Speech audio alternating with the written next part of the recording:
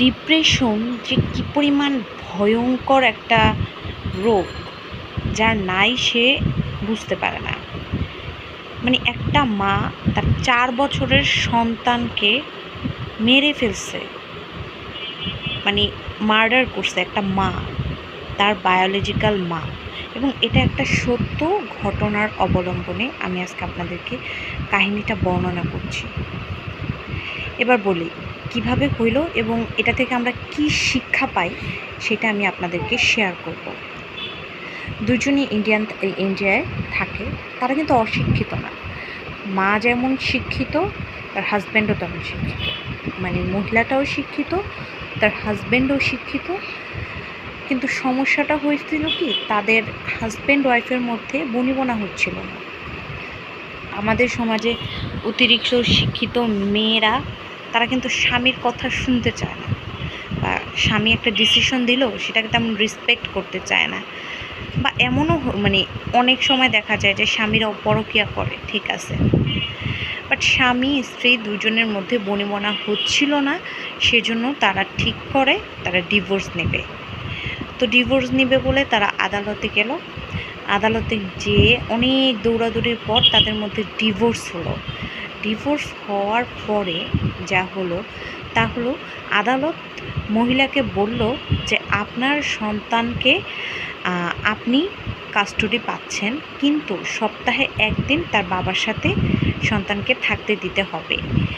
এই আদালতের এই ডিসিশনটা মহিলা কোনোভাবেই মানতে পারছে না, কারণ সে কোনোভাবেই চায় না যে তার সন্তান, তার ছেলে সন্তান যার বয়স 4 বছর, সে তার বাবার সাথে থাকবে। তো তার দরুন কি হইল, যেহেতু প্রতি সপ্তাহে তার বাবার কাছে ছেলেটাকে যেতে হয়, বা ছেলেটাও খুব এনজয় করে, বাবাও খুব খুশি থাকে।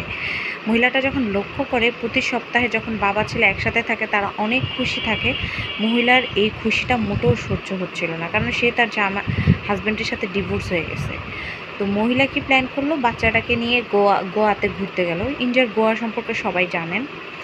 ঘুরতে যাওয়ার পরে হোটেল রুমে বাচ্চাটাকে নিয়ে অনেক দিন 2-3 দিন ঘুরলো। ঘোরার পরে যেদিন চলে আসবে চেক আউটের দিন, সেদিন রাতের বেলা বাচ্চাটাকে ব্লেড দিয়ে কেটে মেরে ফেলছে। শ্বাসরোধ করে ব্লেড দিয়ে কেটে মেরে ফেলছে। সে নিজেও মরে যেতে চাইছিল, যেহেতু সে খুব হায়ার লেভেলের ডিপ্রেশনে ছিল।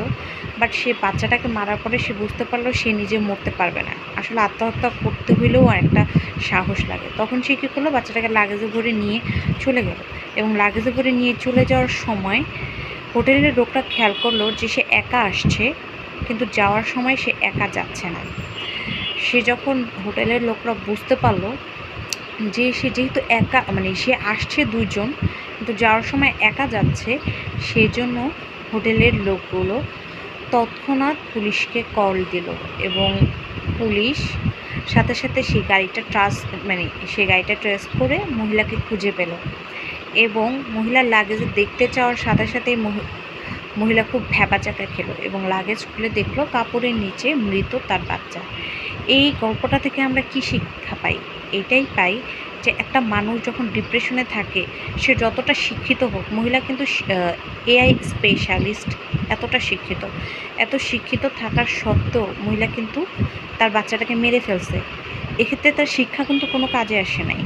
সে যে ডিপ্রেশনে ছিল এবং হাই লেভেল ডিপ্রেশনে থাকার কারণে সে তার বাচ্চাটাকে মেরে ফেলছে। আসলে আমাদের সবারই উচিত রিলিজিয়াস যে বিষয়টা, এটা মেনে চলা, হ্যাঁ, ধর্মকে মেনে চলা এবং ধর্ম মতন চলা। ওভাবে যদি আমরা চলতে পারি, ডিপ্রেশন আমাদেরকে ছুঁইতেও পারবে না। আর ডিপ্রেশন হইলেও সেই ডিপ্রেশনটা আমরা কাটিয়ে উঠতে পারবো। Thank you.